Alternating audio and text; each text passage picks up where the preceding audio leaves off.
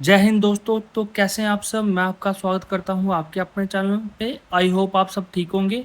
तो आज हम रिमेनिंग टॉपिक करने वाले हैं जो डिटर्मिनेंट के हमारे बचे हुए थे।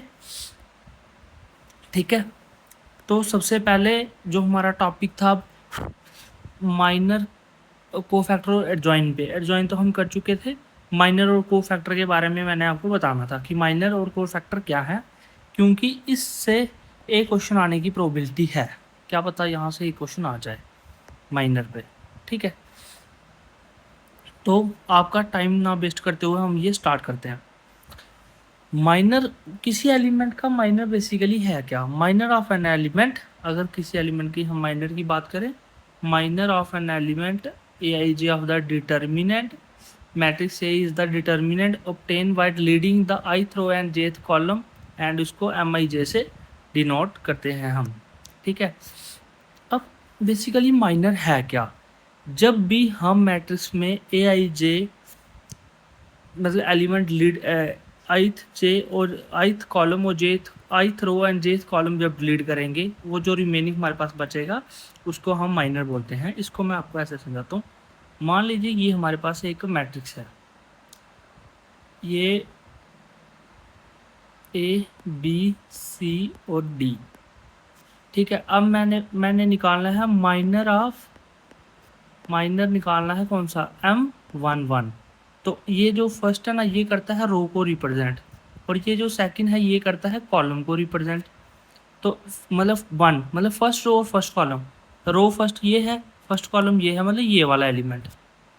ठीक है, तो इस एलिमेंट का अगर मैं माइनर निकालूंगा तो हम क्या करेंगे? फर्स्ट रो मतलब ये फर्स्ट रो डिलीट कर देंगे, और फर्स्ट कॉलम ये फर्स्ट कॉलम डिलीट कर देंगे, और रिमेनिंग हमारे पास क्या बचा? डी। तो डी हमारा M11 का माइनर आ गया D.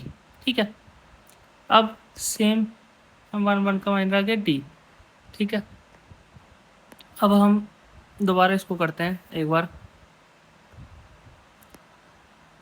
A B C D. ठीक है, अब मैं बोलूँ M11 का माइनर है ये M12। फर्स्ट रो ये वन डिनोट कर रो को, फर्स्ट रो ये आ गई, सेकंड कॉलम ये फर्स्ट कॉलम है, ये फर्स्ट कॉलम है, ये सेकंड कॉलम आ गया, मतलब ये रो और ये कॉलम, ये एलिमेंट बन गया। ठीक है, तो अब कौन सा आ गया? इसका माइनर बचा हुआ आ गया सी। तो M जो 1 2 होगा उसका C, M11 का क्या था? D था।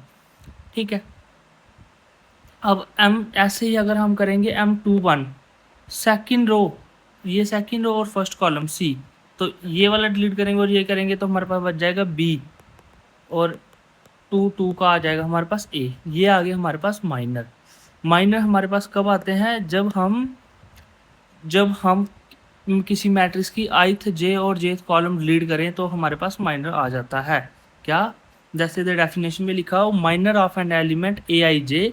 हम ए आई जे एलिमेंट का माइनर तब निकालते हैं जब मैट्रिक्स ए का, जब उसका डिटर्मिनेंट बाय डिलीडिंग, जब हम उसका डिटर्मिनेंट निकालें by deleting ith J ith row and jth column, मतलब ith रो और जेथ कॉलम को डिलीट करके, और जो रिमेनिंग आएगा उसको हम बोलेंगे माइनर, और उसको हम एम आई जे से डिनोट करते हैं।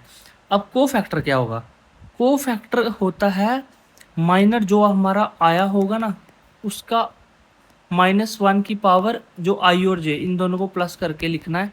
तो ये हमारे पास को फैक्टर आ गया ए आई जे का। ठीक है, ये आप ये फार्मूला लर्न कर लो एक। ठीक है, मैं आपको इसको बताता हूँ अच्छे से, एग्जाम्पल से करवाता हूँ आपको ये। अब minor of an element of determinant of order n is the determinant of order n-1।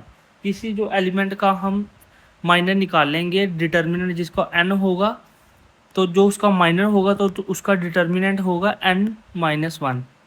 ठीक है, अब हम इसको एक एग्जांपल से करते हैं। ये देखो, ये हमारे पास एग्जांपल है।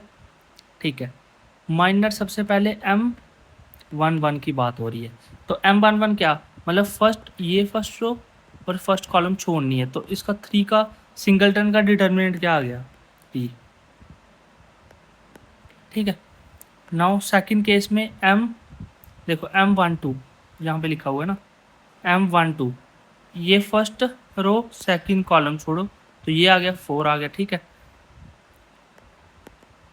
अच्छा M21 2 फर्स्ट मतलब पहले क्या है 2 मतलब रो, ये सेकंड रो है, फर्स्ट कॉलम ये है, तो ये आ गया कॉमन। तो हम ये और ये डिलीट करेंगे तो इसका डिटर्मिनेंट आ गया -2, और ऐसे ही सेम करेंगे तो इसका डिटर्मिनेंट आ जाएगा 1। अब हम कोफैक्टर कैसे निकालेंगे? कोफैक्टर निकालने के लिए मैंने आपको क्या बोला, AIJ मतलब A11 -1 की पावर आई और जे है ना, इनको प्लस करना है और M11 की वैल्यू लिखनी है। -1 की पावर 1 + 1 कितना आ गया, 2 आ गया, और यहाँ पे 3 आ गया। M11 की वैल्यू 3 थी तो मल्टीप्लाई किया आ गया इतना। और A12 था -1 की पावर 1 + 2, तो M आ गया 1 प्लस M12 की वैल्यू आ गई दिस, तो हमारे पास ये निकल के आ गया, ठीक है। ऐसे सेम A21 था तो -1 की पावर 2 + 1 और M की पावर 2 + 1 2 1, तो -1 की पावर 3 और -2 की पावर 2 आ गया, ठीक है। ऐसे करके आप मज़े से डिटर्मिनेंट निकाल सकते हो। अगर आपको इसमें कुछ डाउट होगा तो आप प्लीज़ कमेंट में हमें ज़रूर बताना, ठीक है। कमेंट में आप हमें ये बता सकते हो।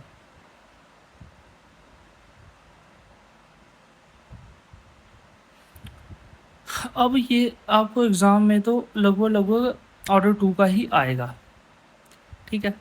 बट मैं फिर भी आपको एक ऑर्डर 3 का एग्जांपल लेके आपको समझाने की कोशिश करता हूँ कि ऑर्डर 3 में वो आपको किस टाइप से पूछ सकते हैं। लेट इट बी ये एक मैट्रिक्स आ गया 1 2 3 3 2 3 1 3 1 1, ये एक मैट्रिक्स आ गया। अब आपको बोला जाए, वो बोल देंगे माइनर निकालो 3 1 और साथ में कोफैक्टर निकालो 3 1, ऐसे करके एक बड़ा 3x3 ऑर्डर का दे देंगे और आपको बोलेंगे इसका माइनर भी निकालो और इसका कोफैक्टर भी निकालो, ठीक है। अब 3 ये क्या करता है, ये डिनोट करता है रो को और ये डिनोट करता है क्या, कॉलम को। सबसे पहले हमने एलिमेंट ढूंढना है कि एलिमेंट कौन सा है, तो 3 first row third, first row second row third row, ये आ गई थर्ड रो। कौन सी, ये वाली रो, तो हमें पता चल गई भाई ये वाली है, ठीक है। रो हमें पता चल गई। अच्छा अब कॉलम कौन सा, फर्स्ट कॉलम, ये है फर्स्ट कॉलम, तो ये आ गया कॉलम फर्स्ट वाला। तो एलिमेंट कौन सा हुआ, एलिमेंट आ गया ये वाला, ठीक है। मतलब इसको डिलीट करना है और हमने इसको डिलीट करना है। अब जो रिमेनिंग बचा उसका हमने निकालना है डिटर्मिनेंट, उसका हमने क्या निकालना है, उसका हमने निकालना है डिटर्मिनेंट। तो इसका जब हम डिटर्मिनेंट निकालेंगे तो क्या आएगा, M31 = इसको मल्टीप्लाई करेंगे 2, माइनस आएगा बीच में, तो ये कितना का 9, ये आएगा -7। तो हमारे पास माइनर M31 का कितना निकल के आया, माइनर M31 का निकल के आया -7। अब इसका कोफैक्टर निकालना है 3 1 का, तो कोफैक्टर क्या था, -1 की पावर i + j 3 + 1 और M31 -1 की पावर ये आ गया 4 और M31 कितनी थी वैल्यू -7, और ये आ गया इवन पावर है तो 1 ही आएगा, तो -7, तो ये हमारे पास आ गया -7 आंसर। इस टाइप से आपको ऑर्डर 3 के बारे में ये पूछ सकते हैं, ठीक है। आई होप आपको ये समझ आ गया हो, ठीक है। अब हम चलते हैं आगे। अब आपको आगे चलने से पहले कुछ एक चीज़ एग्जांपल देता हूँ। एक अगर एक मैट्रिक्स है 8 1 4 2, ठीक है, ये एक मैट्रिक्स है। मैं आपको बोलूँ उसका डिटर्मिनेंट निकालो, तो इसका डिटर्मिनेंट आएगा 8 × 1 - 4 × 2, तो 8 - 8 = 0, ठीक है। एक और एग्जांपल करते हैं अभी हम,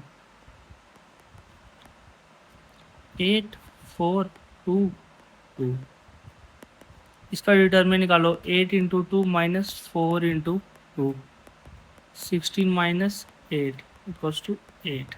अब देखो ये हमने दो मैट्रिक्स लिए, इसको मैं नाम A1 दे देता हूँ, इसको नाम A2 दे देता हूँ।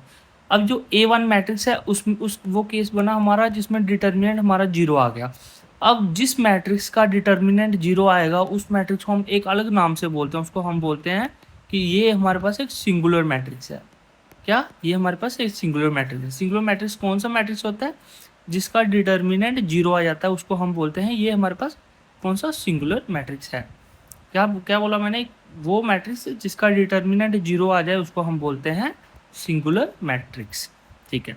अब ऑन द अदर हैंड अगर जिसका 0 आ गया उसको हम सिंगुलर बोलते हैं, और जिस मैट्रिक्स का डिटर्मिनेंट 0 ना आए, if determinant of A not equal to 0, तो देन हम उसको बोलते हैं non singular matrix. Non singular matrix क्या बोलते हैं उसको हम बोलते हैं नॉन सिंगुलर मैट्रिक्स। अब वही मैंने एग्जांपल लिखी हुई है, अब यहाँ पे देखो। सिंगुलर मैट्रिक्स वो मैट्रिक्स होगा जिनका डिटर्मिनेंट 0 होगा, और नॉन सिंगुलर मैट्रिक्स वो मैट्रिक्स होंगे जिनका डिटर्मिनेंट नॉट इक्वल टू 0 होगा। ये मैंने आपको लगभग मैट्रिक्स एंड डिटर्मिनेंट का अप्रोक्सीमेटली सब कुछ करवा दिए जहाँ से क्वेश्चन बन सकता है, और अब मैं इस पे आपको MCQs भी करवाऊँगा। तो अगर आपको मज़ा आया पढ़ने में तो प्लीज़ हमारे चैनल को सब्सक्राइब कर दें, ठीक है, और हमें सपोर्ट करें।